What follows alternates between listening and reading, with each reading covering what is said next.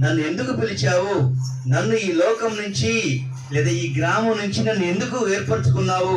ఎందుకు నన్ను నీ రక్తంలో కడుక్కున్నావు? ఎందుకు నన్ను ప్రత్యేకంగా నన్ను పిలుచుకున్నావు? దేవా, నాతో నీకేం పనుంది? నీ చిత్తం ఏమిటి నాకు తెలియచేయి. నీ చిత్తాన్ని నేను నెరవేరుస్తాను. నీ కొరకు నేను జీవిస్తాను. నీ సువార్త ప్రకటిస్తాను. నీ సన్నిధిలో ఒక మంచి పనికొచ్చే పాత్రగా నన్ను కూడా వాడుకో. నేను ఈ లోకంలో వృధాగా నిర్మించలేదు కాబట్టి, అందరిలాగా నేను వృధాగా పనికిరాని పాత్రగా ఏమాత్రం ఉండడానికి వీల్లేదు. నన్ను కూడా ఒక పనికొచ్చే పాత్రగా వాడుకోండి. నాకు మంచి స్వరాలను ఇవ్వండి. నేను కూడా పాట పాడాలని ఆశ ఉన్నది, ప్రార్థన చేయాలని ఆశ ఉన్నది, నీ మందిరంలో పని చేయాలని ఆశ ఉందని చెప్పేసి ఎవరికి వారే దేవుని దగ్గర తమ మనవులను తెలియజేయాలంట. హల్లెలూయా.